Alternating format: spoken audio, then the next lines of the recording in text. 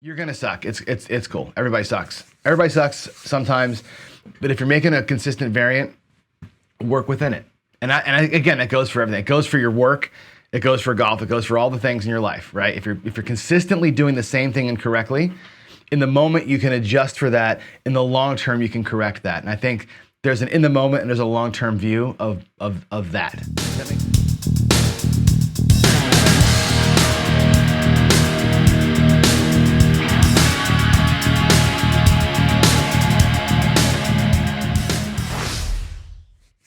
Daily dose of DI for today is going to be talking about how bad you are at throwing the dice.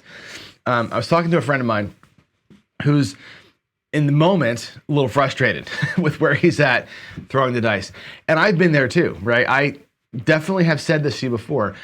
One of the reasons why I think dice control is a possibility, the main reason I think it's a possibility is because when I first started monkeying with it, I was so bad at it, I did nothing but throw sevens. Like literally every third roll was a seven. It was to the point of absurdity. I'm like, this is ridiculous. You're never going to improve, right? And I think a lot of pursuits, golf is a good one, where all your life you play it and you try and adjust and you never get it, right? You're never going to be a pro golfer, most of us. It's hard. It's really hard. But remember, and I'll frame this in the context of dice control, but I'll give you a lot of other life examples here. It's hard to do this. What you're trying to do with controlling the dice or being a dice influencer is to create variance. You're trying to create variance. That's the whole point.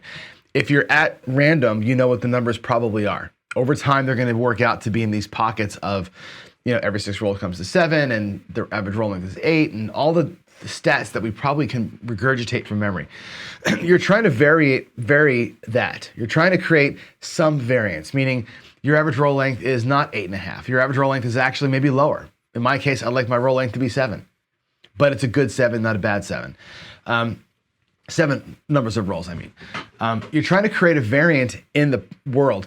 And if you're not doing well with this, right? If you're in one of those cycles where you just are awful and you're looking at Bone Tracker and Bone Tracker is telling you, well, God, you're 63% off axis.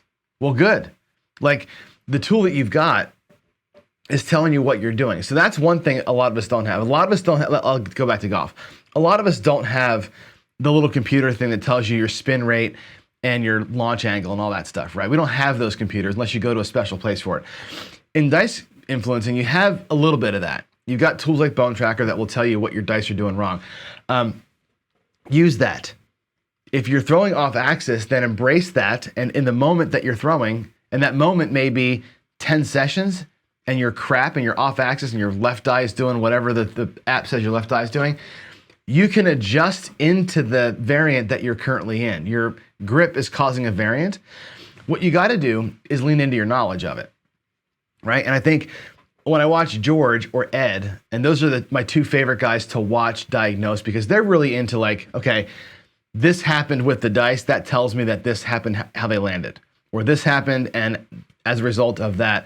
And if it's a thing you can adjust with a turn of the dice before you set it or a grip adjustment, then work it. Like work what you know. With me and my goofy horizontal toss that I do, I can tell instantly now. I've thrown 5,000 rolls now, and I can tell almost to the degree what I did wrong. And I can lean into that and say, well, tonight, for some reason, every throw I make has that same problem. Whatever, if it's my hip, if it's my feet, if it's whatever the hell it is, I'm in a thing tonight where this is happening with my throw. So what do? I turn the dice and I embrace that. And I think, how do I say this right?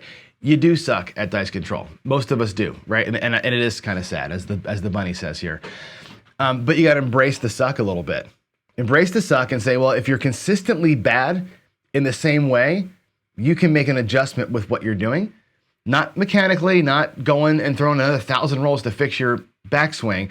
You can adjust tactically in the moment. You can get into the dice and twist them, turn them, move them around a little bit, and work within the variant that you're currently in. And that's the difference between a professional dice thrower and somebody who's learning and somebody who doesn't give a shit, right? And I think if you look at it from that level, and that's where I think you watch Ed, you watch George, and how they break down what their dice are doing and they make their adjustment to it, that's interesting because not every day your mechanics are the same. In golf, they aren't always the same. In baseball, certainly not. And there's so much that has to go right. We talk about this all the time. So much has to go right in dice influence for the thing to happen, right? You got to have perfect grip, perfect release, perfect launch angle, the right speed, the right backspin, the right landing zone. Excuse me. It's got to hit the wall perfectly. It's got to come back perfectly. All these things have to go right. If any bit of that's wrong, it's going to be off. But if it's wrong consistently, right? If a baseball player is not getting his hands through the ball consistently, he's going to go to right field with the ball. Well, if that's the zone that you're in for whatever reason, because you had a week off and you're late, embrace that. Embrace that. Change your feet and go oppo for a little while, right? If you're slicing or if you're hitting a fade instead of a draw because of something weird in your swing, rather than try and fix it and break your clubs and throw them into the damn trees, embrace that. Play the fade for a little while you're making your adjustments and getting yourself back on track. And I think trying to fight City Hall sometimes is where you're going to get yourself in trouble. So if you're frustrated with where you are in your throw, but you're consistently doing the same thing wrong or consistently having the same results, that's a thing you can fix. And that's in everything. That's in your work, that's in your golf, that's in your baseball. It's whatever you're doing in life. If you're consistently bad, there's a thing you can adjust. If you're randomly bad, well then, say a prayer and go back to practice, right? There's a difference there. But if your suckage is consistent, I think there's a way to fix that. And I think you got to embrace it for a minute, work within the suck while you're working out your mechanics. And I think that's part of it. So I think it's an important thing. Matter of fact, I'll say this is going to sound bad, but when I'm in a bad zone, and I get there, right? With my chopper, if my dice, where's my dice? If they're flying, but they're a little bit cockeyed, like there's a little bit, you can't see that hardly, but they're a little bit, instead of flat, they're a little bit like this, I'm going to have a certain kind of a result. Now I can fight that. I can get on my tiptoes. I can try different things to get the flight straight. But if I'm in the casino and that's happening, I don't have my practice table and 1,000 rolls to make an adjustment. I have to make an adjustment right now. In the moment, I got to adjust that, right? What's my adjustment is maybe a turn of the die to account for the fact that today I'm throwing badly, right? And maybe you make that adjust, but you got to know your shit, right? You got to know what your dice are doing and what they're telling you to do. And that's the key. So you're going to suck. It's cool. Everybody sucks. Everybody sucks sometimes, but if you're making a consistent variant, work within it. And again, it goes for everything. It goes for your work.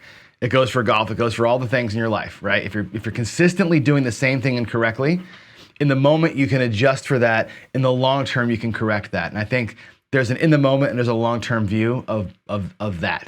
Does that make sense? So hopefully that's good.